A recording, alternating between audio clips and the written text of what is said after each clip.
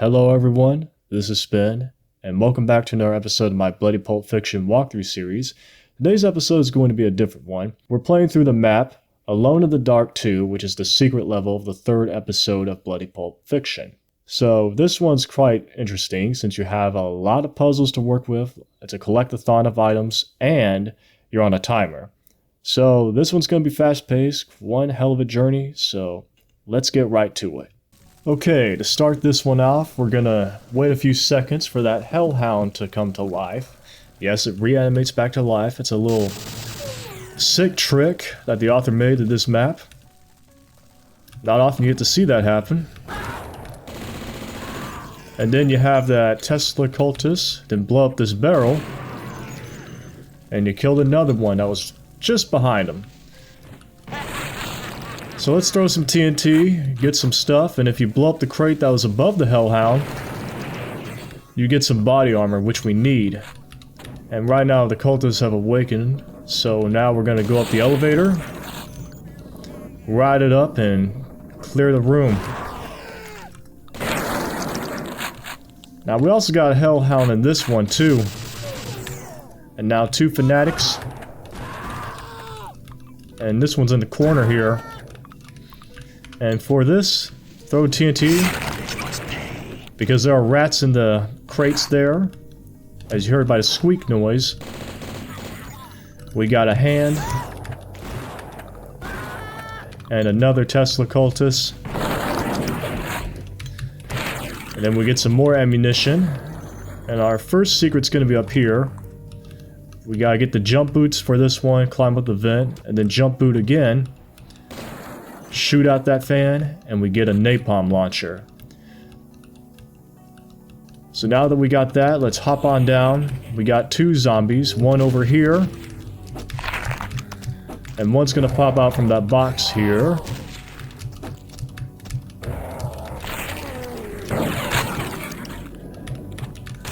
Get some goodies, and we can get the flare pistol by revealing it through the switch. Now let's head upstairs, get the Tommy gun out.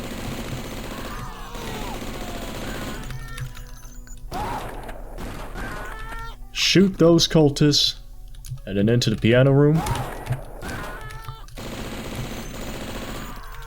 We got two more cultists and a bloated butcher, so let's give him the old barbecue treatment. Now if we use the piano, it tells us we need notes, so let's go find them. Let's stop by the kitchen first and fry up some rat burgers, barbecue another bloated butcher, and cook up a hand. Instead of chicken fingers, we're getting hand fingers. And if we open up the door, we get some cheap ass whiskey from Redneck Rampage. See, old Billy Ray Redneck whiskey. So yeah, that's a thing in this map.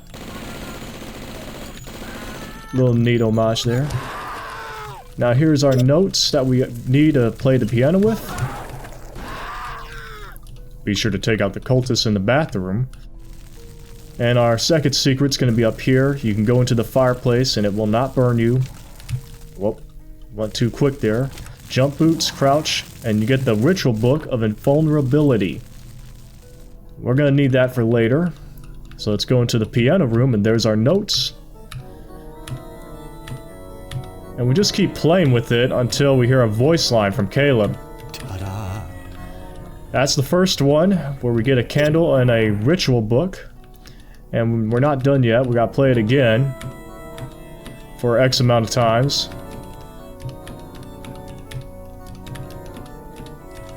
Ticket, please. Until he says, ticket please, and then we get a key, which we're gonna need. Yeah, this map has some custom keys, so let's go upstairs. We gotta be careful. We have a beefy cultist.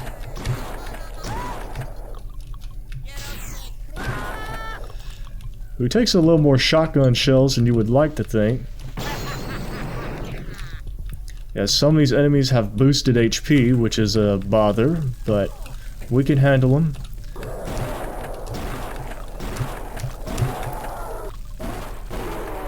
And a beefy gill beast. He had a lot of HP on him too. He was guarding a doctor's bag and a mutilated corpse. Our next secret's going to be in here.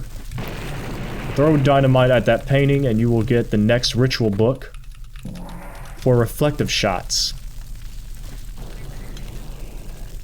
And before we go any further, we're going to go in here, explore all the rooms. We have one cultist here. Now in this room, it seems like there's nothing in here, but we got a puzzle here. So let's turn this. Hear the sound effect. And then we go to do the same for the next one. Flip it X amount of times until you hear the sound effect. Alright, on to the third one. And that reveals this hidden door, which is necessary for us to progress. Might as well take out the prisoner, relieve him of his misery. I need a key. Now we need a key for that shelf here, that drawer. But fear not, if we interact with that, it'll give us the key, and now we got the ritual heart. So now let's go back and into the final room, and if you shoot this vase, you get a spider. Now in here, we're gonna have some phantasms. 2 of them, plus a spider. And if we open this up, pesky soul swallowers, and some flares, and some jump boots. Our 4th secret's over here. We get the super armor. And our 5th one is over here. Now the method to this one is that you gotta stay crouched first, then you jump. It takes a couple of tries, and we got it 2nd time around. That's a voodoo doll that's in there, and we just picked up the next ritual candle, which is over here. Now here we have a code that says 974 asterisk. It is impossible to read. We're gonna need to remember that for later. So let's go down here, and we're gonna go outside, but gotta do some peekaboo shooting because the doors open and close very quickly. Which is annoying, but... Oh, don't shoot me. And take out those cultists. Then we're gonna wake up these zombies.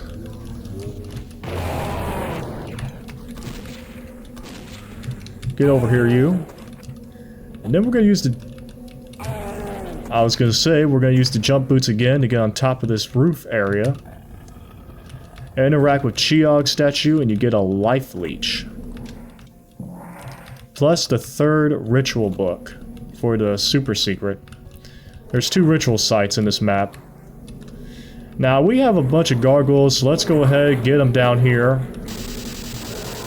Take them out with the Tesla can, since that is the fastest way of dealing with them. Or the napalm. Might as well save the Tesla ammo. Wake up the rest of the gargoyles. And this hedge maze.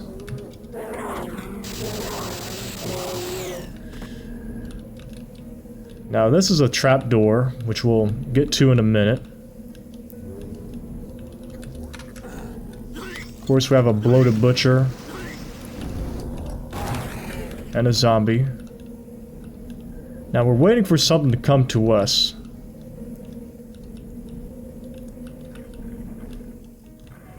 Now this thing right here, don't get in front of it or else you're gonna get killed instantaneously, and it's gonna spawn these little fire vines. So here's what I'm gonna do. We're just gonna wait on this thing. Yeah, we have to wait on it because it has a code on it. Remember 974 asterisk? This is where we have to input it here.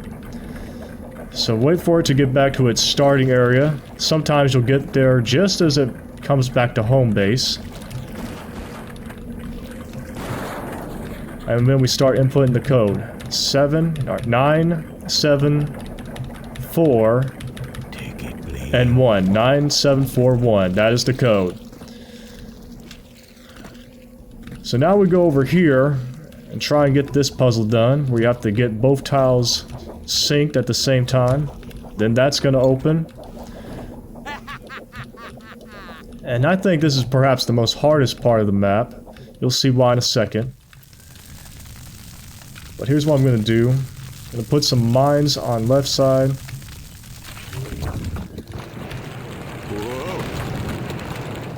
Those are gonna blow up, and then we gotta reveal some zombies in a very tight space, and they have inflated HP too.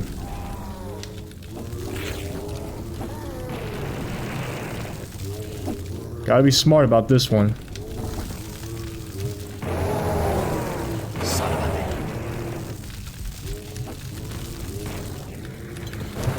Just trying to line them all up so you don't get blown up or overcrowded. Very tricky, but if you do that, if you get it cleared out, you'll be golden. He should be gone too. And then we have a hidden one over here. Now there's this crystal ball that's just tucked away there. I have no idea what's there for. It's not necessary to progress, so we're gonna go ahead and activate the first ritual, the hidden ritual I should say. If we go in, this sequence is gonna happen. If we wait a X amount of time, a beefy phantasm is gonna spawn in some items. Let's take care of the phantasm first. Come on you, get down. You have a lot of HP on you.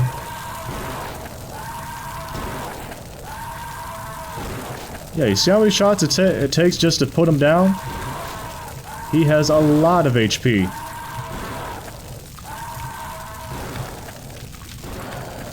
There we go, finally.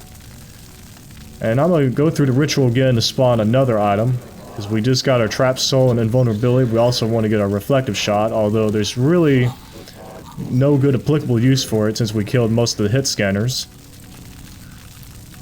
So now we grab our ritual items, our heart and candles, and we grab our stuff.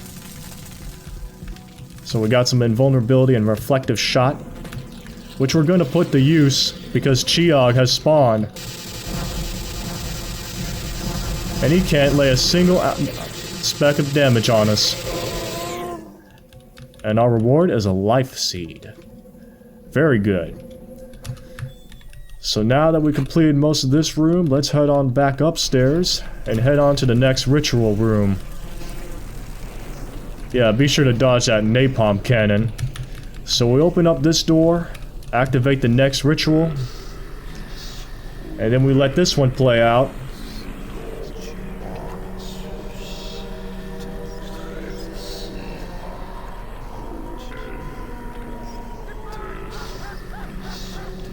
We move forward, we're going to be taken to a completely different area. Let the delirium shroom wear off. And in here we need to be careful. Don't go to the left just yet, we're going to blow up the right side first. You get some napalm ammo, but we're not going to need it here. Basic armor in that sack if you need it. And now, let's get the Tesla cannon ready. Because you're going to see what we're going to face off against. We have a chosen in training who will evolve into a beast, and we gotta close this distance, use the Tommy gun strat. Where you stay close so he can avoid using his stomp attack. And he is dead. We now got the fire key. And a whole bunch of items as well. You have carried out a problem. I think we did, for the Cabal, I should say. So yeah, just wait for that Fnac to open the door. Once the beast is killed, we get an additional life seed for your struggles, if you suffered a lot through that battle. We get a skull key, so we can activate this pillar,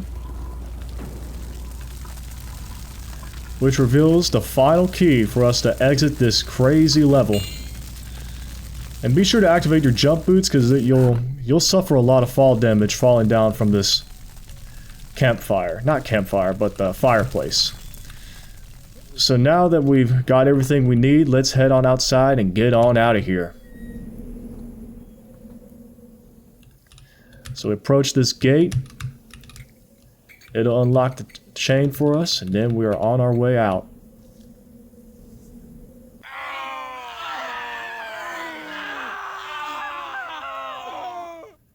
So yes, that is Alone in the Dark 2. Very great homage level to Alone in the Dark 2. And it's a very challenging map because for starters it is a time limit. You only have 20 minutes to complete it. And you gotta go very fast on this one. You have a couple of secrets. You need to collect so many items. It's a very confusing level too because you have to do certain tasks and do certain puzzles to get certain items. You have additional keys to worry about. You got to get parts for the ritual for at least the 3 candles and the heart, which is a fetch quest on its own. And of course, I showed you how to get all those items, especially that hidden room with the hidden heart, which also acts as the key, which is hidden. There's a lot of hidden stuff, but thankfully you have a lot of items to work with. You have a bunch of crates that you can open up to get more items. And I really love the voxel work in this level. It is very detailed. A lot of effort was put into this map. And it is just amazing from start to finish. Although the time limit kind of discourages you to really take in the scenery and so forth. The enemies with the boosted HP really extend the challenge too. Like, it really keeps you on your toes on what to expect and what to do. It's just a bloodbath with this level, both when it comes to memorizing the layout and getting the puzzle items and the combat as well. You have a pretty good amount of combat. Probably the thing that's going to take up the most of your time is when you have that little device that's going through the hedge maze, and then you got to input the code in it. You got to pretty much have to wait for it go through its entire cycle before it goes back to home base, and then you have to input the password. And I think the toughest encounter by far was the hidden ritual room where you get your invulnerability, trapped soul, and reflective shot with the zombies, because those zombies were pretty beefy too in a tight space. So I had to use a combination of both flare pistol and TNT. So once you get through all that, and then you have to deal with the final boss of this level. You could say it's the mini boss, I should say, of the Chosen and Training, who then turns into the Beast, which is a pretty tight counter because you're in close quarters, not a lot of area to work with, but you got to use the Tesla cannon and Tommy gun combo for that one. Always keep the distance between you very close, but not close enough where he can melee you, or far enough where he can stomp you to death.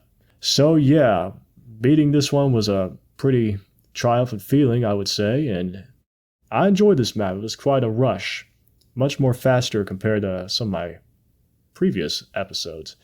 So yes, thank you all for watching, and as always, I'll see you in the next one. See ya.